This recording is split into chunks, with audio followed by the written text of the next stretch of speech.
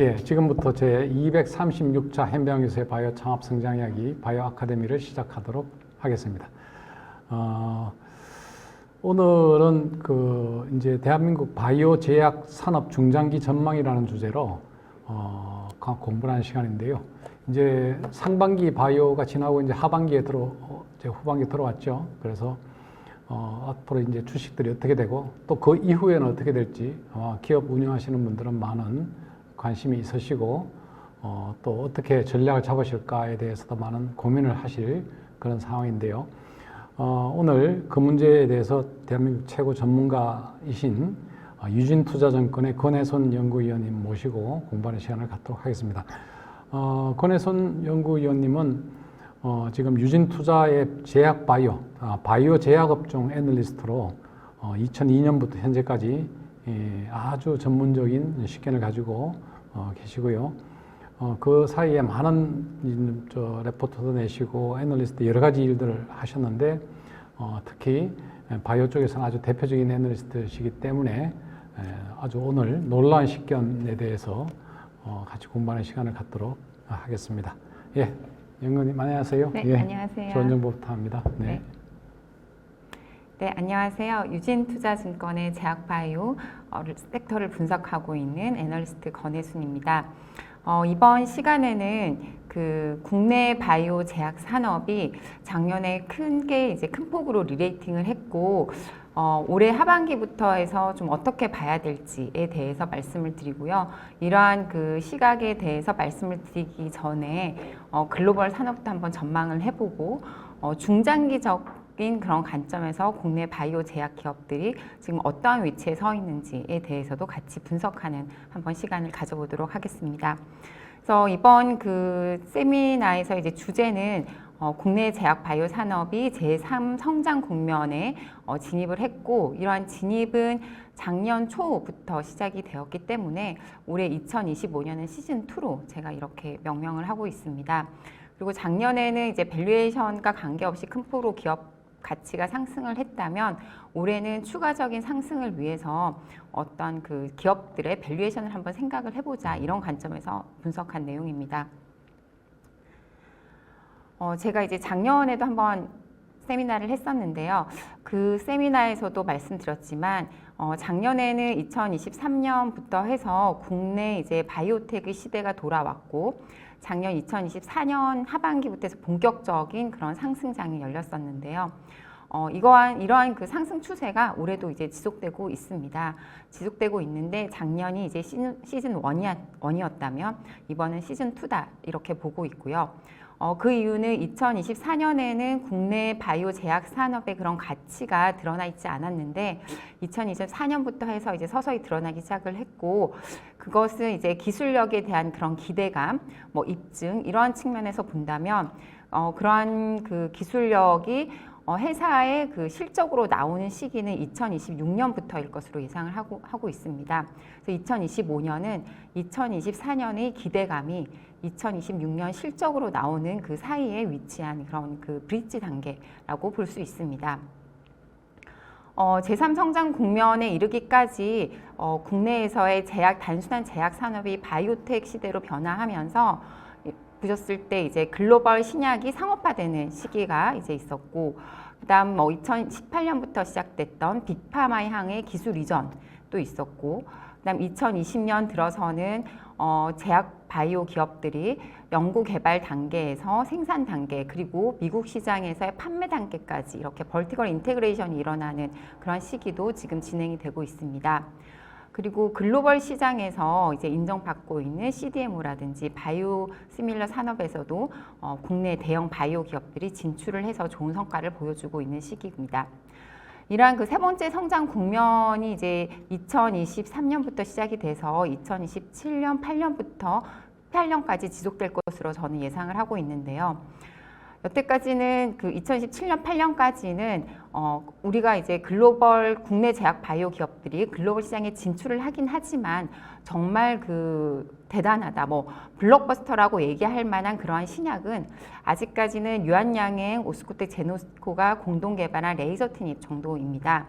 하지만 2029년이 된다면 그 레이저 티닙뿐만 아니라 지금 바이오텍의 선두주자인 리가켄 바이오, ABL 바이오, 그리고 한미약품 등에서 다수의 신약이 나오면서 2028년, 2029년부터는 신약의 시대로 접어들 것으로 예상을 하고 있고요.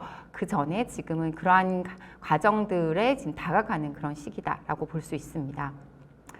그래서 지금 작년에 그 주식 측면에서 본다면 제약바이오 기업들의 가치가 큰 폭으로 상승을 했습니다.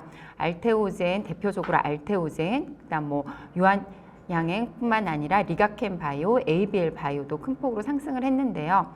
이러한 상승은 제가 봤을 때는 이제 초입 국면이다라고 이렇게 보고 있습니다. 그 이유는 해외 진출 초입 국면이고요. 이러한 것들이 레이팅을 견인을 했다면 지금 2026년, 7년, 8년 지내면서 진출 초입에서 이제 성숙 단계로 가는 시기다라고 이렇게 볼 수 있습니다. 최근 2020년, 2021년, 특히 2023년과 4년에 글로벌 빅파마들과의 파트너십 체결이 확대가 됐는데요. 지금 보시면 이제 국내 해외 글로벌에서 탑 10이라고 들 수 있는 많은 빅파마들과 국내 바이오텍들이 지금 기술 이전 계약을 맺거나 혹은 기술 이전 계약을 체결하는 그런 과정에 있습니다. 이러한 것들이 이제 2023년, 4년에 두드러지기 시작하면서 해외 진출하는 초입 단계라고 저희가 평가를 하기 시작했고요. 이러한 성과들이 점진적으로 이제 확대가 되면서 초입 단계에서 이제 성장 단계로 나아가는 그런 시기다라고 볼 수 있습니다. 그래서 놀랄만한 사실은요, 국내 바이오 제약사들의 글로벌 입지입니다. 특히 국내에서 대표적인 대형 바이오 기업인 삼성 바이오로직스, 셀트리온 같은 경우는 글로벌 탑 50위 안에 들은 그런 회사입니다. 우선 그 삼성 바이오로직스를 보시면은 글로벌 20위에 지금 상당히 많이 가까워져 있고요. 그다음 셀트리온은 글로벌 바이오 시밀러 기업으로서 글로벌 30위권에 이제 속한다라고 볼 수 있습니다. 그리고 이제 SC 제형 기술로서 키트루다 SC가 지금 9월 말부터는 이제 FDA 승인을 받아서 나올 걸로 예상이 되고 있는데요.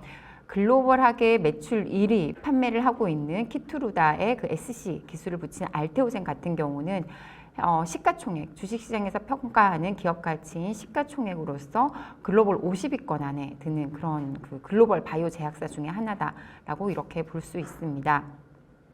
이처럼 국내에서의 그런 대형 바이오 기업 그리고 대표적인 바이오텍들이 글로벌 바이오 제약사에서 기업 가치가 높게 평가를 받고 그런 것들의 이제 성과를 계속 보여주면서 지금 국내에서 두드러진 그런 성과를 보여줄 것으로 기대되는 리가켄 바이오, ABL 바이오, 유한양행 이런 회사들도 글로벌 바이오 제약사로서 점진적으로 성장하지 않을까 여전히 긍정적으로 저희가 기대를 하고 있습니다. 그래서 그 글로벌 바이오 제약회사들의 시가총액을 보시면 우리 회사의 기술력을 가지고 있거나 우리 회사와 유사한 파이프라인을 가진 회사들이 성공을 했을 때 시장에서 어떻게 평가를 받는지 볼 수 있기 때문에 저는 이제 너무 기술에만 이렇게 매몰돼서 집중해서 보시지 마시고 시장에서의 평가하는 그런 기업 가치, 시가총액들을 항상 이렇게 좀 분석을 해보시고 우리 회사에 나아갈 길을 한번 보시라고 말씀을 드리고 있습니다. 말씀드린 바처럼 이제 국내 바이오 제약 산업의 성장은 지속 가능할 것으로 보고 있습니다.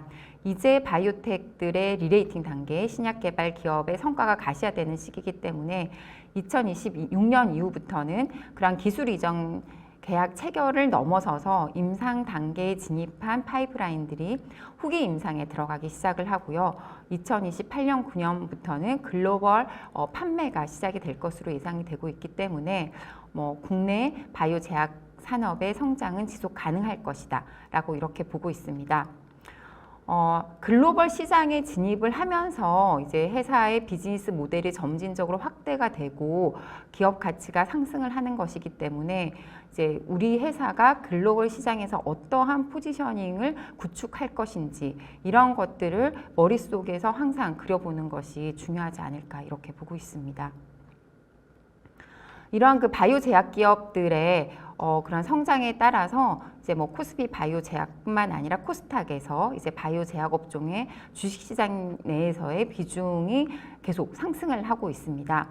특히 이제 코스피 바이오 제약 업종에서 바이오 제약 업종의 상승은 대부분이 이제 삼성 바이오로직스와 셀트리온이 견인을 했다면 코스닥에서는 뭐 알테오젠뿐만 아니라 뭐 리가캠 바이오, 그다음 ABL 바이오, 펩트론, 뭐 휴젤, 뭐 파마리서치 이러한 회사들이 지금 코스닥에서 헬스케어 내에서 그 기업 제약 바이오 섹터들의 그런 시가총액 상승을 이렇게 견인을 하고 있습니다. 이게 이제 오늘 그 주제의 오늘 세미나의 이제 주제가 될 수 있는데요. 2022년부터 2030년까지 키워드를 제가 한번 예측을 해봤습니다. 이러한 그 연도별 키워드는 국내에 있는 바이오텍들의 그 파이프라인의 성과가 가시화되는 시기, 그리고 그 시기에 글로벌 제약 바이오 빅파마들의 그 파이프라인에 뭐 임상 데이터가 나오는 시기, 혹은 뭐 신약이 나오는 시기, 빅파마들이 중장기적으로 그리고 있는 그런 트렌드에 기반을 해서 제가 전망을 하고 있습니다. 2022년에 이제 이때만 해도 뭐 코로나 팬데믹이 이제 끝나고 나서 제약 바이오가 이제 별로 관심이 없고 소외됐던 그런 시기입니다. 하지만 글로벌하게 봤을 때는 2022년에 ADC라든지 이중항체라든지 RNA 치료제라든지 이런 것들이 상당히 개발이 활발하게 일어났던 시기입니다. 그래서 2022년에 이렇게 트렌드를 봤다면 국내 제약 바이오 산업도 어떠한 추세로 변해갔을지 알 수 있는 그런 좋은 시기였습니다. 그런 트렌드를 확인을 하고 이제 2023년에 보시면 뭐 ABL 바이오, 뭐 리가캠 바이오, 알테오젠 이런 회사들이 성장 단계에서 이제 초입에 진입했다라는 것을 확인하실 수 있었을 텐데요. 이러한 그 바이오 제약 기업들의 인상 모멘텀이 발생한 시기고요. 이때는 주요 파이프라인들의 연구 결과들이 나타나기 시작했습니다. 이러면서 2024년에 이러한 그 성장 단계 초입이 진입한 회사들이 단순히 이제 그 개별적인 기업뿐만 아니라 글로벌 바이오 제약 산업의 트렌드에 맞춰서 성장 단계에 같이 진입을 했고 상당히 우수한 그 기술력과 경영진들의 그런 경영 능력을 기반으로 해서 기초 체력이 강화되고 있는 기업들이 지금 큰 폭으로 기업 가치가 상승한 기업들입니다. 그래서 이런 기초 체력이 강화되는 기업들이 2024년에 큰 폭으로 리레이팅을 했고요. 지금 이제 2025년은 작년에 이제 말씀드렸던 것처럼 단순히 이제 기대감이 반영이 됐다면 2026년에 수익을 창출하는 시기에 어떠한 수익이 창출될지를 감안을 해서 2025년은 그러한 중장기적으로 계속 기업 가치가 상승할 수 있는 그런 기업들로서 이제 밸류에이션적으로 지금 평가가 되는 시기고요. 그 밸류에이션에 기반을 해서 지금 기업 가치가 상승하는 그런 폭들이 단단해지고 있다라고 보고 있는데요. 단순히 기대감이 반영된 그런 그 버블 단계의 그 주가 상승이 아니라 2026년, 2027년에 나올 수익을 기반으로 해서 이제 밸류에이션이 가능한 그런 기업들로서 이제 계속 투자가 집중이 되고 있다. 그런 시기입니다. 그리고 2026년에는 임상 단계에 들어가 있던 그 파이프라인들이 후기 임상에 진행을 하거나 아니면 기술력이 이제 탑재된 뭐 키트루다 SC 같은 경우는 글로벌 시장에서 출시가 되고 레이저 트닙도 2024년에 FDA 승인 받은 이후에 만 출시 3년 차가 되면서 본격적으로 글로벌 시장에서 수익 실현이 창출되는 그런 시기입니다. 이러한 그 수익 실현이 본격화되는 바이오텍들 혹은 제약회사들을 기반으로 해서 그 이후에 수익이 또 실현되는 그런 바이오텍들 중심으로 해서 기업 가치가 상승이 일어나는 이런 선순환 구조가 일어날 것으로 보고 있습니다. 그리고 2026년에서 2027년에 가면 이제 그러한 그 수익 실현이 본격화되는 시기를 지나면서 그 중장기적으로 어느 정도의 그런 수익이 그 회사에 들어올 수 있을지, 실질적으로 현재 글로벌 시장에서 연간 3천억, 4천억 이상의 그러한 가치를 수익을 벌어들이는 바이오텍은 신약 개발에는 없습니다. 대형 바이오 기업인 삼성 바이오로직스, 셀트리온을 제외하고는 신약 개발이라든지 단순히 기술력만으로 돈을 버는 회사는 없는데요. 2027년, 8년에 가게 된다면 유한양행의 레이저 트닙, 그다음 그 알테오젠의 키트루다 SC의 판매를 통한 그런 그 수익 창출이 현실화되고요.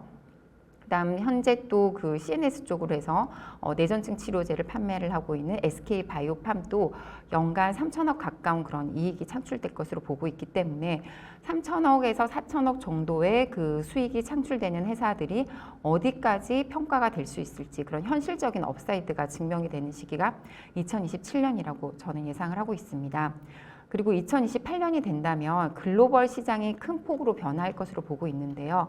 지금 글로벌 시장에서의 매출 1위인 그 키투루다가 특허가 만료가 되기 시작하면서 면역 항암제의 시대가 이제 저물고 또 다른 신기전의 면역 항암제가 출시가 되든지 혹은 지금 이제 성장 초입 단계에 있는 ADC들이 그 면역 항암제와의 그 병용 요포를 통해서 어느 정도까지 그 영역을 넓힐 수 있을지 이러한 것들이 새로운 신제품들이 이제 나오기 시작하면서 제약 바이오 산업에 한 번의 변화가 있지 않을까라고 보고 있습니다.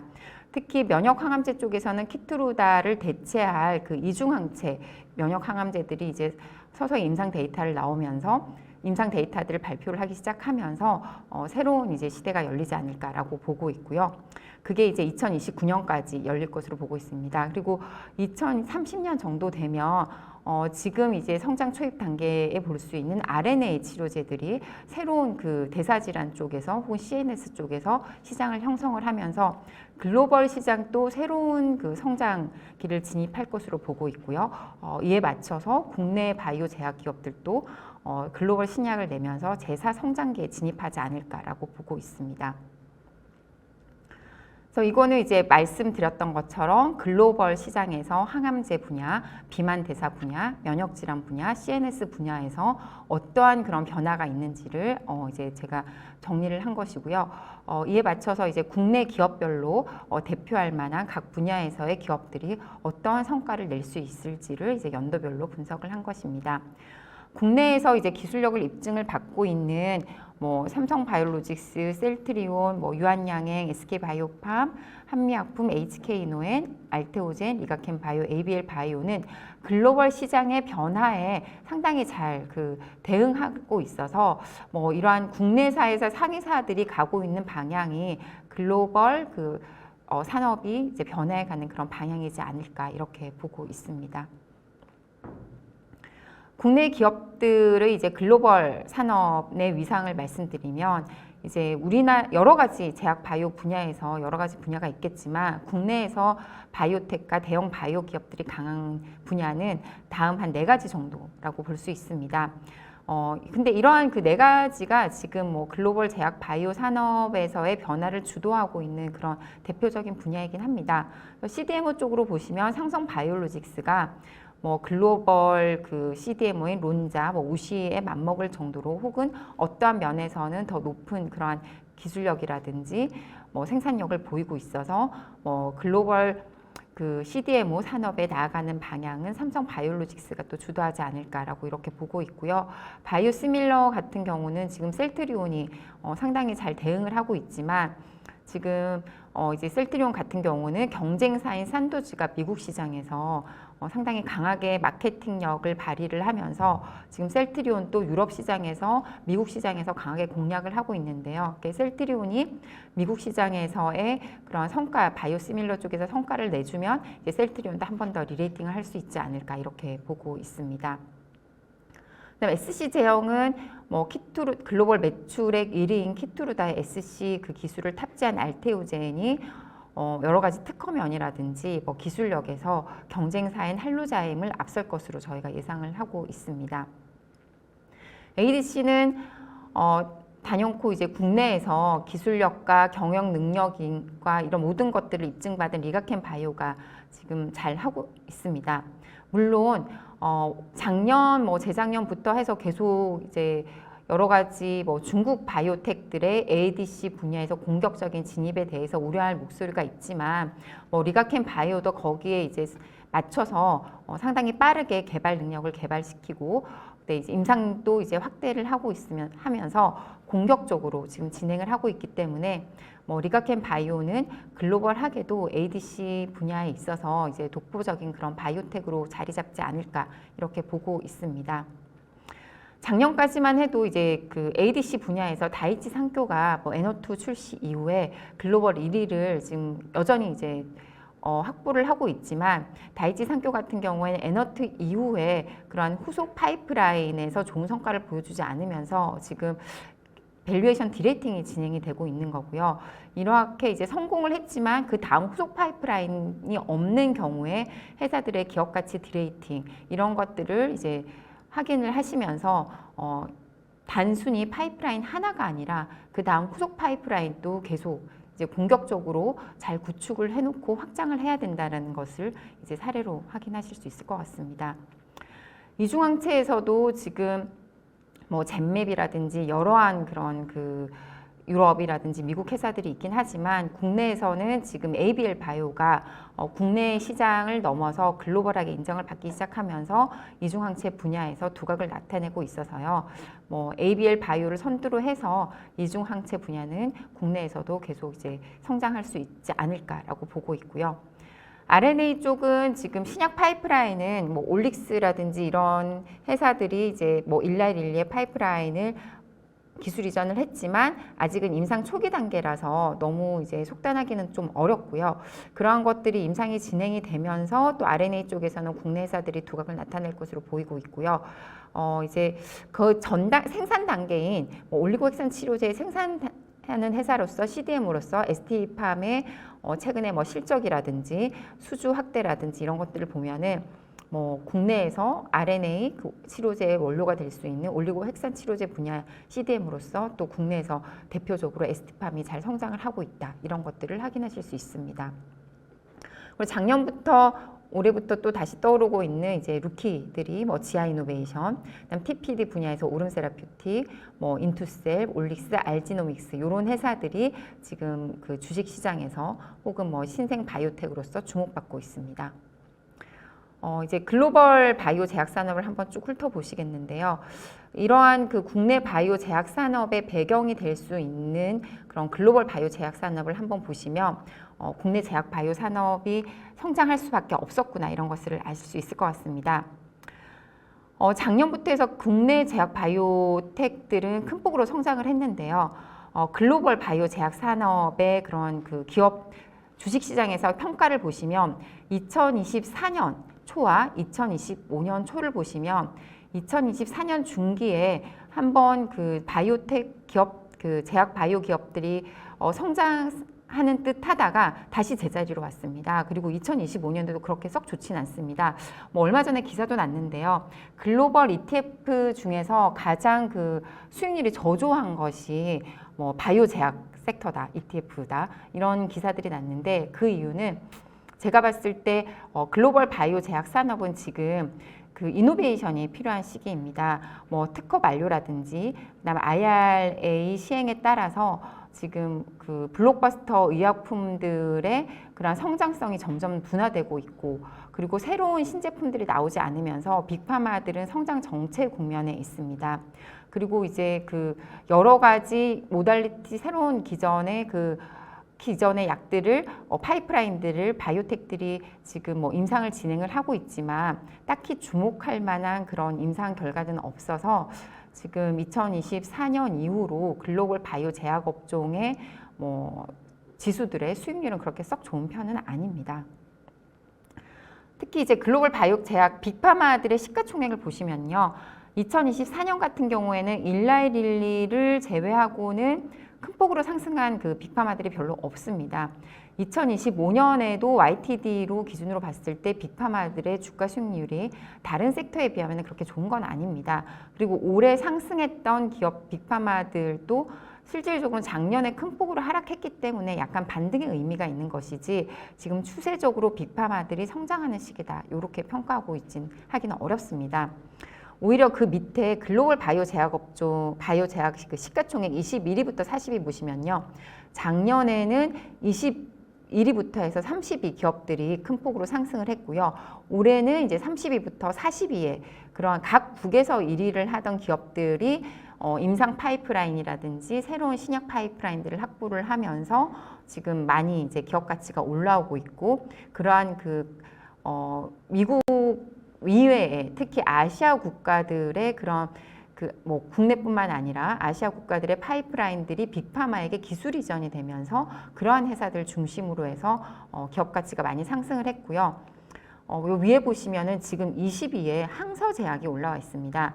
작년까지만 보시더라도 그 항서제약은 20위권 안에 못 들었거든요. 하지만 이제 항서제약이 글로벌 빅파마들한테 기술 이전을 하면서 지금 국내에서 삼성바이오로직스를 앞서서 시가총액 22위권으로 올라와 있고요. 그 외에도 보시면은 뭐 그 셀트리온 다음으로 이제 34위에 한소제약, 뭐 그다음 이러한 회사들이 중국 회사들이 지금 기업 가치가 많이 상승을 하고 있는 것을 이렇게 확인하실 수 있습니다.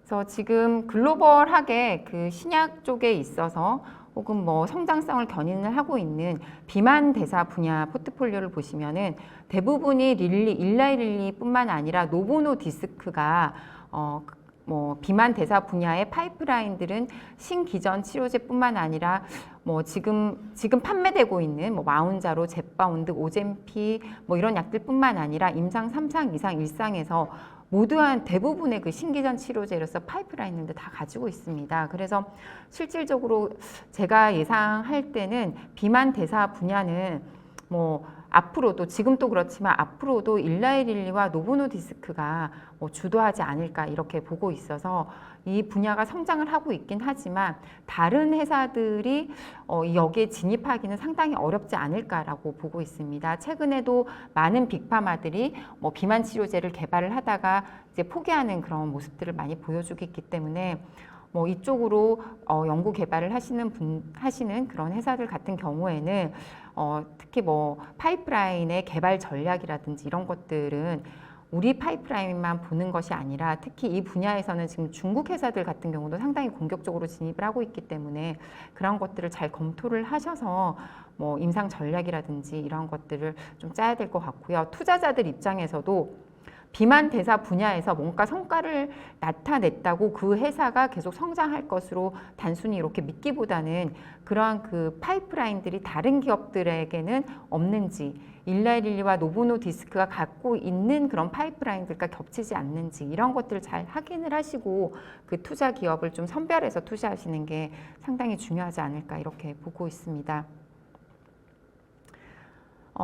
지금 2023년에는 비만 대사 쪽으로 해서 임상 데이터들이 이제 계속 발표가 되면서 아직까지는 별로 새로울 것이 없는데요. 2026년 되면 올해 하반기로 예상을 하고 있는데요. 2020 특히 내년부터 본격화될 그 일라이 릴리의 오포글리프론 경구용 비만 치료제의 치료제가 상업화에 성공했을 경우에는 글로벌 비만 대사 치료제는 큰 변화가 있지 않을까라고 보고 있습니다. 아무래도 뭐 복용의 편의성이라든지 이런 쪽에서 뭐 주사제를 상당히 뛰어넘는 그런 장점이 있기 때문에 안정성 측면에서 입증만 된다면 이런 그 경구용 비만 치료제들의 시장이 내년부터 본격적으로 성장을 하게 되면서 지금까지의 그런 비만 대사 치료제의 개발 방향이 지금도 약간 변하고 있지만 급선회 하지 않을까라고 보고 있고요. 내년에는 이제 매 분기 오포글리프론의 그 FDA 승인 이후에 판매가 어떻게 되는지에 따라서 뭐 시장 혹은 뭐 일라이 릴리 관련된 비만 대사 치료제들의 주가가 상당히 큰 폭으로 변하지 않을까 이렇게 보고 있습니다. 물론 최근에 이제 뭐 오포글리프론의 체중 감량 효과가 기존의 뭐 세마글루타이드보다는 조금 떨어진다. 뭐 기존의 기대치 이상으로 좀 떨어진다. 이러한 그런 그 분석들이 있으면서 최근에 일라이 릴리 주가가 큰 폭으로 하락을 했지만 저는 내년에 상업화돼서 이제 이런 것들을 복용하게 될 환자들의 편의성이 상당히 올라가면서 이 시장이 커졌을 경우에는 뭐 임상 데이터에서 체중 감량 효과의 1, 2%의 차이는 그렇게 그 대사에는 큰 영향은 없지 않을까라고 저는 그렇게 보고 있습니다. 그래서 내년에는 이 경구용 저분자 화합물인 비만 치료제 오포글리프론의 상업화의 성공이 관련된 시장을 크게 바꿔놓을 것이다. 저는 이렇게 보고 있습니다. 그리고 작년 하반기에서 올 초까지 이제 떠들썩했던 그 키투루다를 대체할 서미카 아케소가 개발하고 있는 이중항체 2분의 심합의 임상 일정입니다. 이러한 임상 일정은 지금 뭐 2025년 하반기에 한 번 더 나오지만 되게 중요한 그 1차 치료제로서의 그 키투루다와의 그 헤드투헤드 인상 결과는 지금 2027년, 8년 정도에 나올 것으로 보면서 이러한 이 면역항암제 시장에서의 큰 변화는 이 이중항체 면역항암제가 상업적으로 성공할 수 있을지가 확정이 되는 2027년과 8년에 크게 변하지 않을까라고 이렇게 보고 있습니다. 그리고 ADC는 우리가 이제 리가켄 바이오의 성공을 보면서 ADC 분야에서의 제품이 그 약이 신약들이 많이 나온 것으로 생각을 하고 있지만 나오긴 나왔지만 실질적으로 상업적으로 성공한 ADC들은 아직은 많지 않아서요. 뭐 이러한 그 ADC들의 앞으로도 ADC들의 그 성공 시장 진입 가능성은 상당히 높다라고 보고 있고요. 뭐 안정성 측면이라든지 이런 쪽에서 뭔가 좋은 약효를 난 그런 파이프라인들이 있게 된다면은 뭐 다시 ADC 시장, ADC 파이프라인 쪽은 상당히 계속 성장을 할 수 있지 않나 이렇게 보고 있습니다. 그리고 이중항체도 약간 좀 성장이 정체되는 것처럼 보였지만 2023년과 2024년에 나온 신약들이 서서히 이제 매출 성장을 하는 그런 모습을 보이면서 이중항체들의 본격적인 성장은 뭐 2026년, 7년부터 시작이 되지 않을까라고 이렇게 보고 있습니다.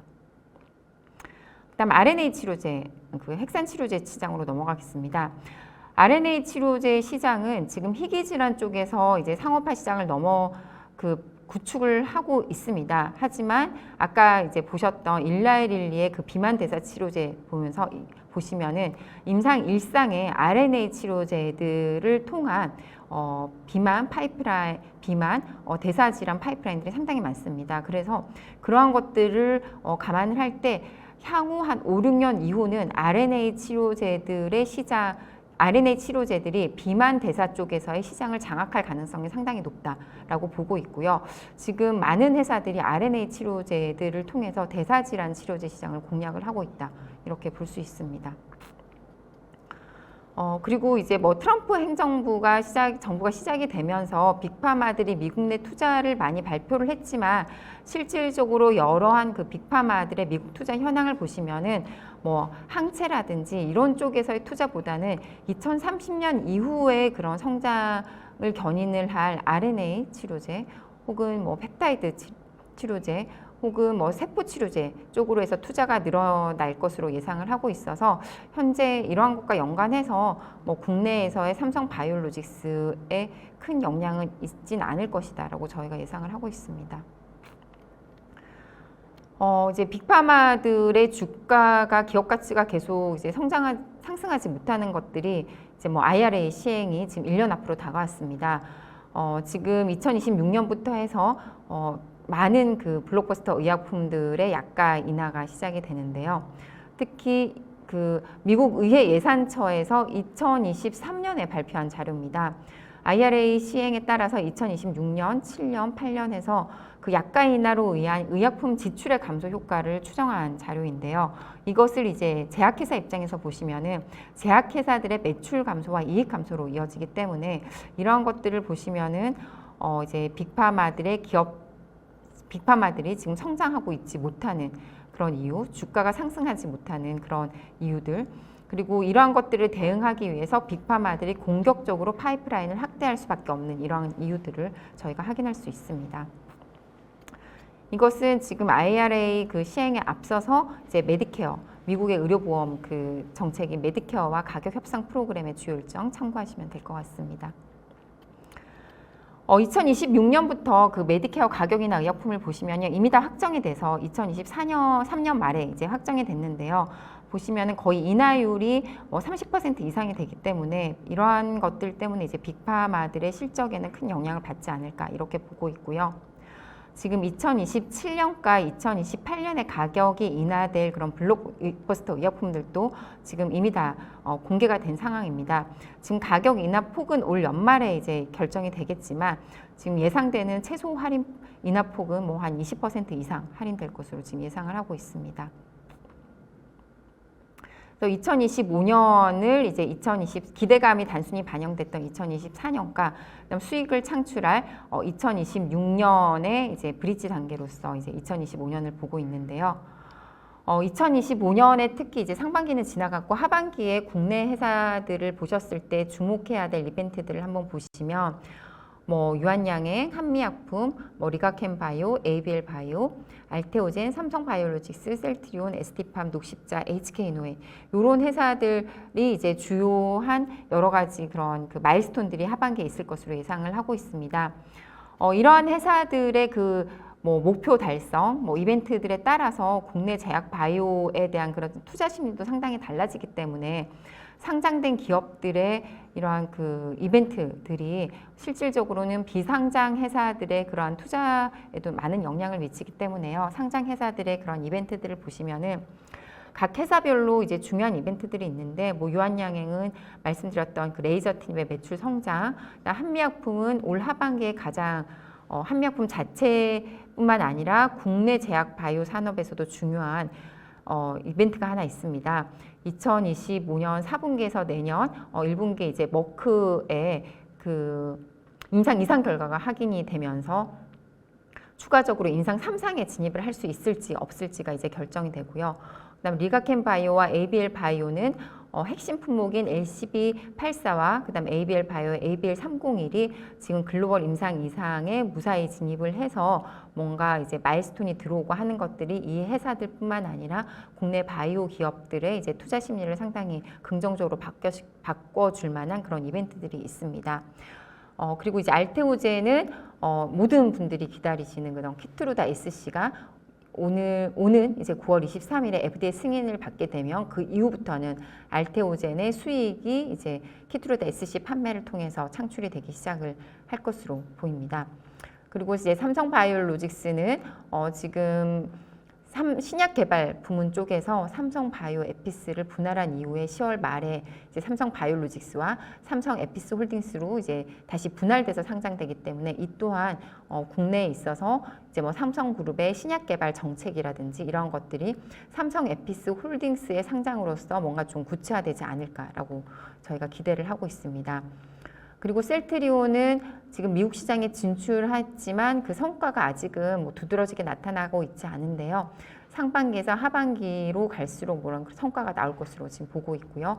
그 외에 ST팜, 녹십자, HK이노에 같은 회사들도 글로벌하게 미국 시장에 진출한 효과가 지금 하반기로 갈수록 나올 것으로 보고 있기 때문에 연간으로 봤을 때 뭐 국내 제약 바이오 시장에서의 긍정적인 그러한 모멘텀은 4분기에 이제 크게 발생을 하지 않을까라고 저희는 단기적으로는 그렇게 전망을 하고 있습니다. 33페이지와 34페이지는 이제 국내에서 상장된 주식들을 투자를 하는 투자자들이 중요하게 생각하는 그런 파이프라인들을 각 회사별로 이제 표시를 알기 쉽게 도식화한 거고요. 대부분이 이제 그 투자를 할 때 빅파마들에게 기술 이전한 기업들이 좀 더 이제 안정적인 측면에서 투자하실 때 이제 선호되는 그런 기업들이기 때문에 지금 이제 많은 기업들이 뭐 빅파마에게 기술 이전을 이제 추진을 하고 계신 것 같습니다. 이제 뭐 한울바이오, 보로노이, 뭐 D&D 파마텍, 뭐 큐로셀 이런 회사들은 지금 임상이 진행되고 있긴 하지만 아직은 글로벌 제약회사들한테 기술 이전은 하고 있지는 못해서 단순히 아직까지는 좀 기대감이 반영이 되어 있는 그런 회사들입니다. 이러한 기대감 혹은 뭐 어떤 면에서는 그런 기술 이전 성과를 내면서 실질적으로 제약바이오 기업들이 상장돼 있는 코스피보다는 그런 기술력에 기반한 바이오텍들이 상장된 코스닥에서의 제약바이오 헬스케어 지수들이 상당히 좋은 모습을 보여주고 있고요. 이러한 추세는 앞으로도 계속되지 않을까라고 저희는 예상을 하고 있습니다. 그래서 지금 아까 말씀드렸다시피 지금 2025년 이후로는 이제 밸류에이션을 생각을 해야 될 텐데요. 무조건 이제 기업 가치가 주가가 이제 상승을 하는 게 아니라 글로벌 기업들과 봤을 때 우리 회사가 1조 원이다, 2조 원이면 그 상대 피어 그룹들은 어떠한 기술력을 가지고 있는 회사들이 글로벌하게 시가총액 1조 원이라든지 2조 원을 형성을 하고 있는지를 항상 이제 경영진들은 생각을 하셔야 될 것 같습니다. 제가 여기 기업가치 20조 원을 기준으로 둔 것은 뭐 이미 삼성바이오로직스랑 셀트리온은 20조 원을 넘어섰지만 우리나라에 있어서 이제 상당히 바이오텍으로서 큰 의미를 대표 주자 이제 알테오젠 같은 경우가 지금 기업가치 20조 원인데 이 기업가치 20조 원을 글로벌 시장에서 비교를 해보면 단순히 그런 투자자들의 기술 이전에 대한 그런 기대감이 반영이 된 게 아니라 자체적인 그런 기술력과 신약 개발을 보유를 하고 있고 자체적으로 혹은 상업화를 추진을 하거나 빅파마 수준의 파이프라인 역량을 보유한 회사들이 글로벌 시가총액 한 20조 정도를 평가를 받고 있습니다. 그래서 뭐 무조건 이 회사의 기업 가치가 상승을 한다, 10조 원, 20조 원 넘어선다 이런 게 아니라 글로벌하게 봤을 때 어느 한 그런 수준이 되어야지 기업 가치 20조 원이 될 수 있을지를 이제 제가 뭐 젠맵, 뭐 한소제약, 뭐 인스메드 이런 회사들을 중심으로 해서 비즈니스 모델, 뭐 중장기 성장 전략, 그다음 성장 모멘텀이 이제 부각되었던 시기에서 시가총액 변화라든지 이런 것들에 대해서 정리를 해놓은 것이라서 한번 참고해 보시면 좋지 않을까 봅니다. 그래서 보시면은 지금 이제 뭐 6개 제약회사들의 밸류에이션을 보시면요. 제약회사들 같은 경우에는 지금 밸류에이션이 계속 디레이팅 되고 있습니다. 이것은 R&D 파이프라인들이 오히려 바이오텍 비교해서 좀 부재하기 때문에 이런 것이기 때문에 단순히 실적을 넘어서 중장기적으로 성장성을 지속 가능한 성장성을 가지고 보여줄 수 있는 그런 해외 부문에서의 그런 성장 전략 파이프라인들을 확보하고 있어야지 계속 높은 밸류에이션이 유지가 될 수 있다라는 것을 알 수가 있습니다. 그리고 이제 그 삼성바이오로직스, 셀트리온 같은 경우도 지금 보시면은 글로벌 수준에서 봤을 때 경쟁사보다는 좀 더 높은 밸류에이션 프리미엄을 받고 있는데요. 이러한 그 높은 밸류에이션 프리미엄이 지금 뭐 삼성바이오로직스나 셀트리온이 현 시점에서 추가적으로 주가가 상승하지 못하는 그런 이유가 될 수 있습니다. 그래서 이러한 높은 밸류에이션을 정당화시킬 만한 뭔가 리레이팅 할 만한 그런 큰 폭의 모멘텀이 있어야지 이러한 대형 바이오 기업들 같은 경우에는 이제 추가적인 주가 상승을 할 수 있지 않을까라고 이렇게 저희가 기대를 하고 있습니다. 신약 쪽으로 한번 넘어와서요. 보시면 이 약의 가치를 어느 정도 생각하십니까? 라는 질문을 많이 받는데요. 물론 그 약의 가치를 생각할 때 뭐 그 약의 그 타겟이 되는 시장의 크기, 그다음 그 약이 가져갈 수 있는 점유율 이런 것들을 상당히 면밀하게 검토를 해야 되지만 저희가 직관적으로 봤을 때 이거는 레이저티닙의 사례를 저희가 참고를 해서 상당히 제가 단순화시킨 것입니다. 투여된 뭐 임상 R&D 투자금이라든지 이런 것들을 그냥 다 제외하고 그리고 현가화 시킬 때 할인율 이런 것도 단순화시켜서 뭐 10%, 15%, 8% 이렇게 상당히 단순화시켜서 한 건데요.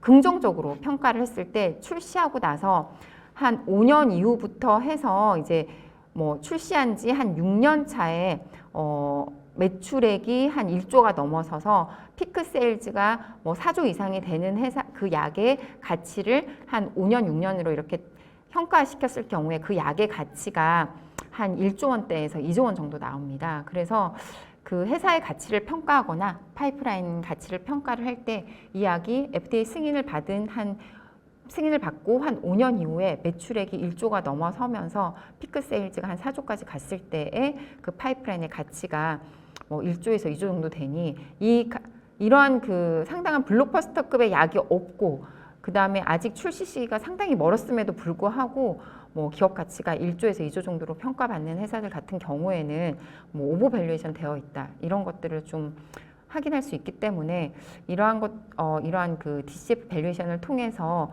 좀 머릿속에 그 약의 가치라든지 밸류에이션을 생각을 해보시고 기업을 투자를 하실 때 파이프라인의 가치를 평가를 하실 때 좀 참고를 하셔서 평가를 해보시면 좋을 것 같습니다.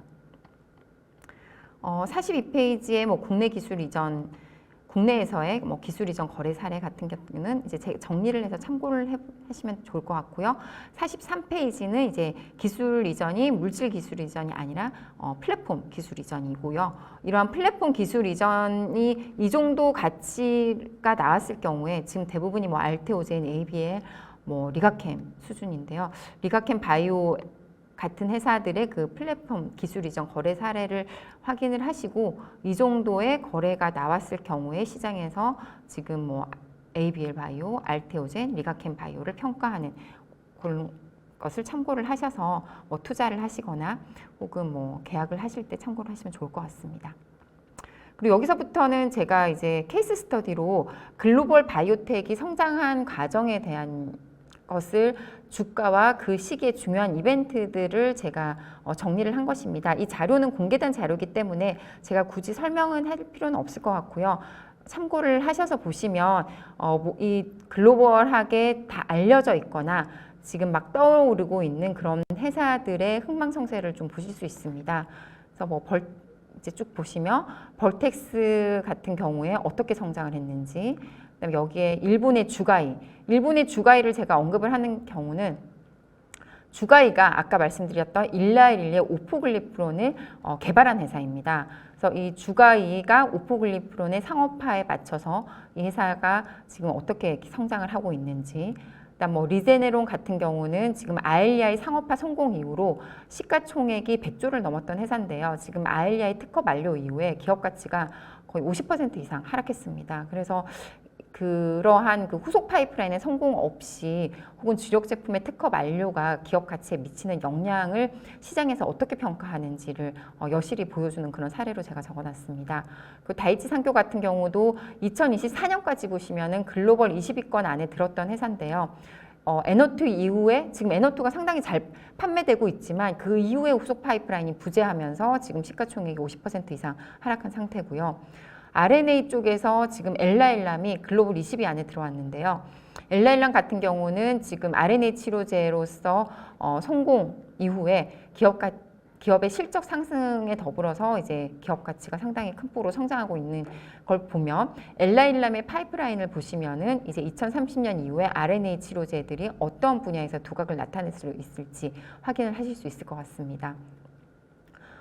그리고 지금 한때 이제 한율 바이오파마의 경쟁사로서 이제 나타냈었지만 한율 바이오파마 같은 경우는 임상이 이제 늦어지면서 지금 제대로 기업 가치가 상당히 많이 디레이팅 됐는데 상업화에 성공한 알제닉스 같은 경우에는 어떻게 지금 기업 가치가 시장에서 평가받는지를 확인하실 수 있고, 상업화된 게 하나도 없지만 키투루다를 대체할 파이프라인을 하나 공개하면서 지금 성공한 서밋 같은 경우, 그다음에 이제 젠맵은 이중항체에서 성공했지만 그 이후에 후속 파이프라인들이 실패하면서 기업 가치가 또 이제 50% 이상 하락한 이런 사례로서 이제 분석한 사례인데, 이런 것들 참고하시면은 글로벌 제약 바이오 시장의 동향과 투자자들의 평가에 대해서 잘 알 수 있지 않을까 보고 아실 수 있습니다. 이외에 최근에 상당히 이제 기업 가치가 높게 평가받는 인스메드, 그다음 중국 바이오 회사인 켈룬, 그다음 알테오젠의 경쟁사인 할로자인, 그다음 메시 치료제 쪽에서의 신약을 낸 마드리갈 바이오테크이고요. 그다음에 RNA 쪽에서 엘라일람은 성공했지만 실패한 약간 아이오니스, 그다음 녹시자와 비교되고 있는 혈장 제제를 판매하고 있는 그다음 아드마, 그다음에 이제 메시 치료제 쪽에서 또 후속 파이프라인을 내고 있는 아케로, 그다음 비만 치료제 쪽에서 작년 초만 하더라도 상당히 이제 관심을 받았지만 지금 이제 시장에서 잊혀져 가고 있는 바이킹, 그다음 그 알츠하이머 치매 지금 레카네맙의 개발사인데요. 그 스웨덴의 바이오아틱이 후속 파이프라인을 어떻게 내고 있고 그거에 따라 시장 평가를 어떻게 받고 있는지 이러한 것들을 확인해 보시면 좋을 것 같습니다. 마지막으로 이제 국내 제약 바이오 기업들을 유형화시킬 수 있는데요. 국내 바이오 제약 기업들 유형화 보시면 이미 어느 정도 기업 가치가 기업의 성장성을 반영을 하고 있는 삼성바이오로직스, 셀트리온, 알테오젠, SK바이오팜, GC 녹십자, HK이노엔, 대웅, SK바이오팜 이런 회사들은 실적에 따라서 지금 회사의 기업 가치가 성장하는 그런 어니스 드리븐 주로 이렇게 저희가 분류를 하고 있고요. 아직까지 실적으로 가시화된 건 없지만 기술이 글로벌하게 계속 인증을 받으면서 뭔가 글로벌 시장에서 글로벌 바이오텍으로서 두각을 나타내거나 신약을 상업화시키면서 기업 가치가 리레이팅 할 수 있는 그런 회사들로 저희가 이제 리가켄 바이오, ABL, 그다음에 이제 오스코텍은 레이저 티니 외에도 다른 파이프라인 치매 치료제라든지 파이프라인을 가지고 있는데요. 그런 것들이 성과가 나오면서 이제 R&D 파이프라인이 이제 기업 가치 리레이팅을 견인할 수 있는 이런 회사들로 저희가 이제 분류를 해서 보고 있습니다. 그래서 아무래도 향후 이제 국내 바이오텍의 성장성은 저희가 이제 리가켄 바이오라든지 말씀드린 ABL 바이오 이런 회사들 위주로 해서 저희가 이제 또 보고 있고, 이 회사들의 성공이 국내 바이오텍의 이제 성공을 가늠할 수 있지 않을까, 이렇게 가늠하는 기준이 되지 않을까 이렇게 보고 있습니다. 네, 여기까지 하도록 하겠습니다. 네, 아이고 자료가 정말 좋으네요. 예, 정말 정리 잘 돼 있고, 저도 자료를 보면서 참 공부가 많이 됐던 것 같습니다. 그 몇 가지 질문을 좀 드리면은요, 지금 글로벌 바이오 제약 산업하고 국내 바이오 제약 산업에 대해서 지금 여의도 쪽 금융 쪽에서는 어떤 시각으로 평가를 하고 계신가요? 네, 그 아까 이제 글로벌 제약 바이오 산업의 그 작년부터 해서 올해까지의 그 ETF 수익률을 보시면 제약 바이오 쪽이 가장 안 좋거든요. 네, 헬스케어 그렇대요. 쪽이. 네. 그럼에도 불구하고 국내 쪽은 작년에는 상당히 좋았고 네. 올해도 그 코스피 쪽은 그렇게 좋지는 않았지만 코스타 쪽은 계속 아웃퍼폼을 하고 있습니다. 네, 그래서 네, 뭐 네. 금융 쪽에서 투자자들, 기관 투자자들 같은 경우에도 국내 바이오텍들은 이제 계속 기술력을 받으면서 글로벌 시장은 정체됐을지 모르지만 거기서 이제 두각을 나타내면서 계속 성장할 수 있을 걸로 보고 있고, 특히 지금 아까 그 국내 바이오 기업들이 하반기, 특히 4분기에 여러 가지 이벤트들이 몰려 있어서 많이 기대를 하고 있습니다. 네, 네. 결국 이제 우리나라 그 바이오 기업들이 성공을 하기 위해서는 기술 이전을 성공을 해야 되는데, 네. 그래서 이제 그 기술 이전 성공된 기업에게 지금 많은 투자가 이루어지고 있는 게 지금 상황이지 않습니까? 네. 근데 이제 아까 말씀하셨지만 지금 메디케어 가격 그 인하 의약품들이 지금 계속 나오고 있고 인하율도 막 높고 뭐 이래서 빅파마들 사정도 안 좋고 했는데 기술 이전하는데 어떤 문제가 생기지는 않을지, 네. 그다음 기술 이전 한 것 자체가 문제가 생기지는 않을지, 네. 그다음에 또 이런 거를 극복하기 위해서 해외 진출을 하기 위해서 뭐를 주의해서 봐야 되는지 이런 정보를 좀 주시기 바랍니다. 일단은 이제 뭐 주가 사정은 빅파마들이 상당히 좋지는 않은데요. 네. 빅파마들이 코로나 시기에 또 엄청나게 돈을 많이 벌었지 않습니까? 네네. 이제 그러한 것들로 이제 투자를 계속 하고 있는 것이고, 특히 뭐 지금 글로벌하게도 가장 많이 투자를 하고 있는 회사들이 뭐 일라이릴리, 노보노디스크, 그다음 뭐 머크 같은 경우는 주가는 좋진 않지만 머크는 키트루다로 엄청나게 지금 돈을 많이 벌고 있는 회사고요. 회사들의 밸류에이션이 디레이팅 될 거지 성장은 그래도 계속 돈은 현금은 창출 능력은 계속 유지는 되고 있거든요. 네. 일레리리 같은 경우에도 이제 비만 치료제들 워낙 이제 잘 팔리고 있으니까요. 그래서 그러한 자금을 통해서 계속 투자는 진행이 되고 있습니다. 또 국내에서도 이제 뭐 그런 빅파마들 위주로 지금 투자를 하고 있어서 그 기술 이전 계약을 계속 논의를 하고 있어서 그런 쪽에 있어서 뭐 자금 사정이나 이런 것들은 큰 영향을 주지 않을 것이고, 뭐 우리가 좋은 기술을 가지고 있다면 그런 것들은 전혀 문제가 되지 않는다라고 볼 수 있는데요. 다만 그 빅파마들은 지금 신약 파이프라인 쇼핑을 계속 하고 있는데 쇼핑을 하고 싶을 만한 그런 파이프라인들이 그렇게 많지가 않다라는 거죠. 예, 왜냐면은 이미 이제 2023년, 4년에 한 차례 새로운 약들을 많이 이제 빅파마들이 확보를 했습니다. 그래서 실질적으로는 2025년에는 딱히 뭐 놀랄만한 그런 기술 이전 계약 체결은 없고 뭔가 새로운 신기술을 이제 원하고 있긴 한데 우리나라가 아무래도 이제 뭐 ADC 분야라든지 이런 쪽엔 좀 앞서 있긴 하지만 정말 이제 혁신적인 그런 기전에서는 좀 뒤처져 있어서 좀 기술 이전이 좀 잘 안 되고 있지 않나 이렇게 보고 있는데 그게 또 너무 어려운 거라서요. 예, 좀 어려운 검치긴 합니다. 그리고 제가 얼마 전에도 자료를 냈지만 이제 중국의 바이오텍들이 너무 개발을 빨리빨리 진행을 하고 있지 않습니까? 네. 그래서 우리나라에서는 뭐 ADC 한 1년에 한 10개를 만든다면 거기서는 뭐 10배 이상으로 만들고 있기 때문에 네. 그러한 그 개발 속도 면에서 우리나라 기업들이 아무래도 인력도 부족하고 자금력도 좀 부족하고 하다 보니 좀 개발이 늦으면서 계속 그 기술 이전이 체결되는 게 좀 늦어지지 않나 이렇게 보고 있습니다. 실질적으로 2025년에 중국 글로벌한 기술 이전의 거의 50%가 중국 제약 바이오 기업들이 빅파마에게 기술 이전한 겁니다. 글쎄, 저기 중국 말씀하셔서 그런데 지금 제약업계에서도 그런 부분을 걱정을 많이 하더군요. 우리나라가 그러면은 중국의 그런 어마어마한 질과 양을 극복하기 위해서 어떤 노력을 해야 될까요, 기업들이? 상당히 어려운 질문인데. 되게 어렵죠. 예, 근데 이제 제가 이렇게 투자 애널리스트로서 여러 기업들을 좀 비교를 해보면 이제 저희가 이제 투자 시장에서 이미 다 입증이 된 뭐 리가캠 바이오, 뭐 ABL 바이오, 뭐 이런 회사들 같은 경우에는 이미 차별화된 그러한 파이프라인을 개발을 했고 그러한 것들을 임상을 진입을 시키면서 이제 빅파마들에게 노출도도 높고 이제 그 자금력도 확보를 하면서 상당히 빠르게 가속화해서 하고 있는데 요 회사들을 제외한 이제 회사들 같은 경우에는 파이프라인이 뭐 중국 회사라든지 뭐 글로벌하게 바이오텍들과 별로 차별화된 그런 것들이 보이지가 않습니다. 네.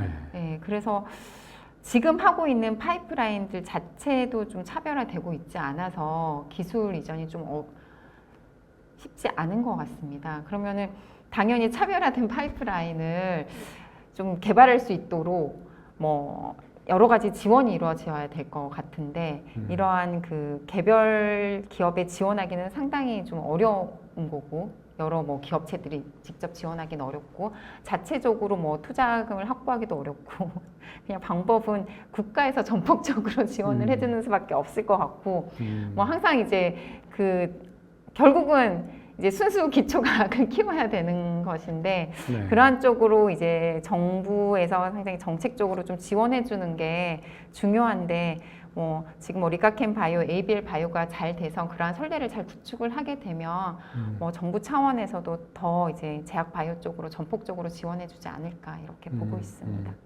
정부 지원 뭐 저기 말씀 나오셔서 그런데 지금 이번 정부 들어서는 좀 많은 지원이 활성화된다고 그러던데 업계에서 보시기에는 어떻습니까? 솔직히 말해도 되나요? 네. 모르겠어요. 저희 이제 금융 쪽에서 이렇게 봤을 때 이번 정부가 정말 상당히 많은 그런 정책적 지원을 해주시는 것 같아요. 다른 산업 쪽에는. 아, 그래요? 근데 이제 제약바이오 쪽에는 이제 뭔가 이제 진행되고 있는 게 보이기는 하는데 실질적으로 막 크게 저희가 정말 전폭적으로 지원을 해주시는구나 라고 이렇게 느낄 만한 게 아직까지는 보이진 않아서 뭐 급한 일들 해결하고 나시면 제약바이오 쪽으로 지원해 주시지 않을까 보고 있습니다. 네, 정부 지원을 기대를 합니다. 바이오는 이제 거의 지금 들으신 것처럼 이제 상당한 진전이 이루어지고 있고 그런 여러 가지 내용을 종합해 보면은 굉장히 미래가 좀 전도가 양양한 그런 업종, 산업 업종이고 전형적으로 정부 주도로 나섰지만 이제 민간이 주도적으로 이제 나서서 하는 그런 단계까지 간 것 같아요. 굉장히 고무적이고 앞으로 뭐 말씀하신 대로 이제 10년, 20년 후에는 거의 우리나라도 이제 빅파마들이 많이 들어서겠죠? 네, 그럼요. 네, 그렇게 보고 있습니다. 네, 한 몇 개쯤 예상하십니까? 빅파마 우선 기준이 얼마입니까? 20조입니까? 네, 20조 정도, 15조 정도만 15조 넘어도 글로벌하게 붙입니까? 네, 뭐 보통 글로벌하게 3조에서 5조 정도 팔릴 수 있는 그런 신약 개발에 성공을 하면 뭐 인지도도 상당히 올라가고 글로벌 바이오테크다라고 보고 있는데 지금 여러 바이오텍들이 지금 뭐 시가총액 4조, 5조 된 뭐 리가캠, ABL은 당연히 성장할 수 있을 걸로 보고 있고 최근에 이제 뭐 기술 특례 상장을 하는 그런 바이오텍들이 많은데요. 예전과는 달리 그 글로벌하게 인정받을 수 있는 그런 기술력을 가진 회사들이 보입니다. 보입니까? 네, 그래서 그런 회사들이 예전에 10년 전에 리가캠 바이오, 뭐 ABL 바이오처럼 그런 회사들이 이제 계속 연구력이라든지 뭐 기술력 이런 것들을 쌓아서 뭐 국내에서뿐만 아니라 글로벌하게 성장할 수 있지 않을까. 그래서 저뿐만 아니라 금융 쪽 투자자들도 성공한 사례를 보고 계속 국내 제약 바이오 산업의 그런 성장성 전망을 상당히 긍정적으로 보고 기대하고 있습니다. 네. 10년, 20년 안에 그런 20조 이상 되는 회사가 한 10개는 나오겠죠? 한 5개 이상은 나올 것 같습니다. 10개면, 10년, 20년 안에는 그 정도 나올 수 있을 것 같습니다. 10년 안에는 한 5개? 아니, 한 5년 안에 저는 한 5개 나올 수 있을 것 같습니다. 5년 안에 5개, 20조 이상 회사가요? 네네. 그리고 근데 이제 전제는 지금 개발하고 있는 임상 파이프라인들이 성공한다면, 그 정도는 충분히 나올 수 있지 않을까라고. 5년 안에. 그러면 이제 10년 안에는 그냥 뭐, 10개도 나오겠네요. 그쵸. 잘 할 수 있을 거라고 저는 긍정적으로 보고 있습니다. 네. 오늘 굉장히 정말 그 자료를 저도 꼼꼼히 읽어봤는데 너무 좋은 정보가 많습니다. 많이 공부하셔서요. 또 저희들 기업 운영하시는 바이오 기업들 말고 투자하시는 분들도 보시는데 우리 바이오 업종이 이렇게 장기적으로 좋은 기업에 투자를 하면은 아까 들으신 것처럼 5배, 10배 다른 회사로 거듭나는 것은 거의 확실할 것 같습니다. 여러분 모두 다 바이오에 많이 투자하시고 또 열심히 기업하셔서 전 세계에서 아주 우뚝 서는 바이오 기업을 보유한 국가가 되기를 바랍니다. 예, 오늘 이상으로 유익한 강의를 진행해 주신 권혜순 연구위원님께 다시 한번 감사의 말씀을 드리면서 236차 현병의사의 바이오 창업 성장 이야기 모두 마치도록 하겠습니다. 여러분 감사합니다. 예, 수고하셨습니다. 예.